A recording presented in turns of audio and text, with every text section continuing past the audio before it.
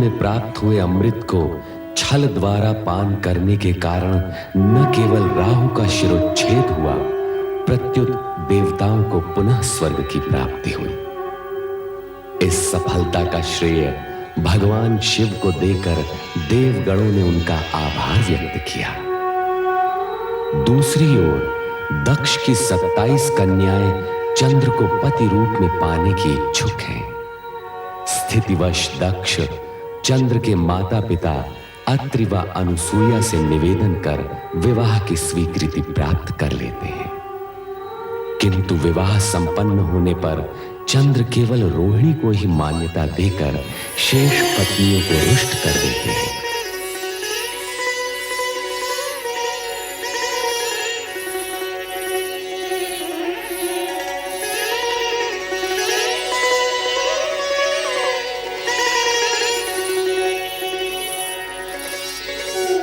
स्वामी रोहिणी को लेकर कक्ष में चले गए, हमसे बात भी नहीं की। क्या हम बात करने के योग्य भी नहीं थे, जो हमें बिना कोई आदेश दिए चले गए?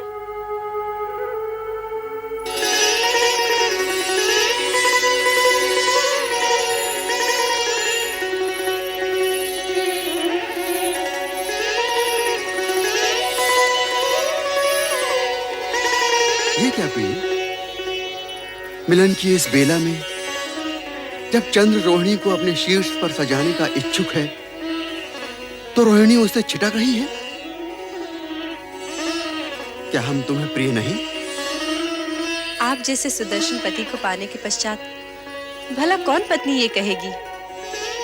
किंतु आपका प्रेम वहन करते हुए मेरे मन में ऐसे भाव आ रहे हैं जैसे मैं अपनी बहनों का प्रेम अंश उनसे छीन रही हूँ।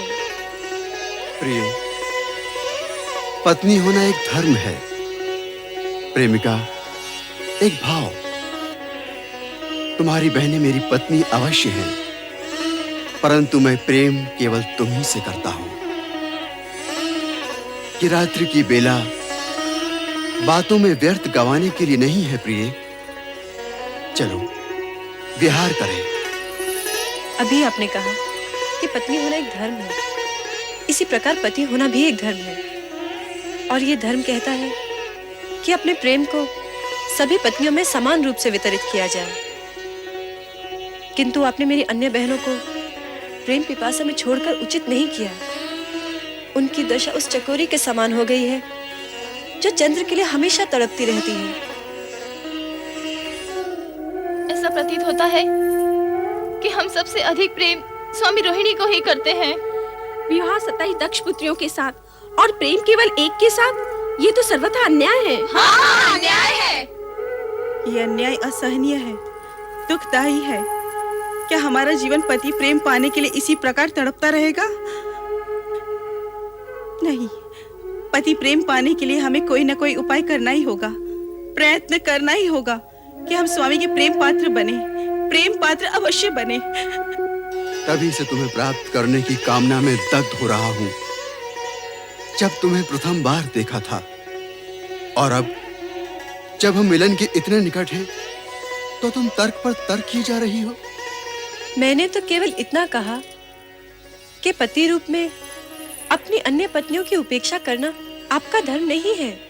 प्रेम, धर्म, कर्म, जात पात, रीति नीति कुछ नहीं जानता।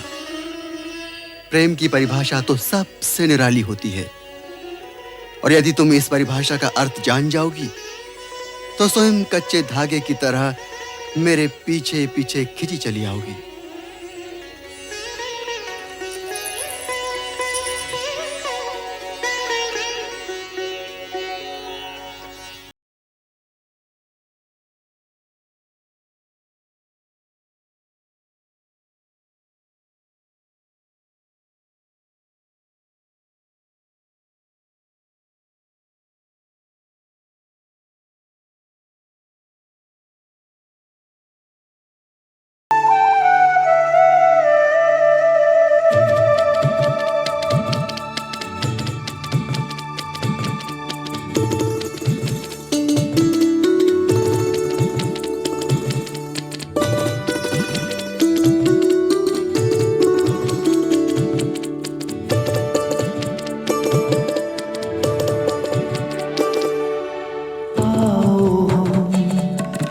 विस्तार करे, सपनों को साकार करे।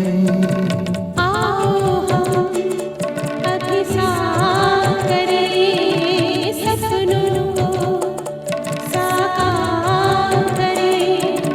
प्रेम वश में होकर दोनों वश में संसार करें।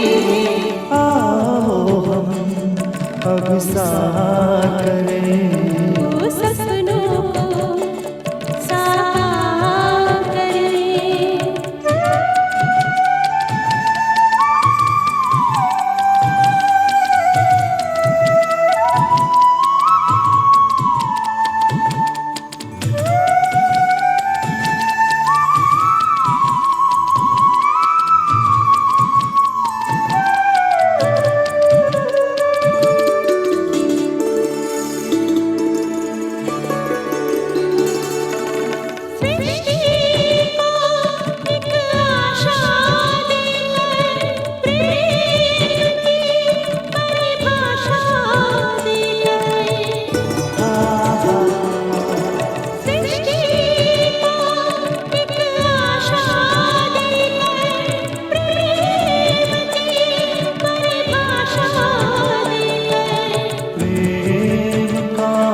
विस्तार करे, कण कण पे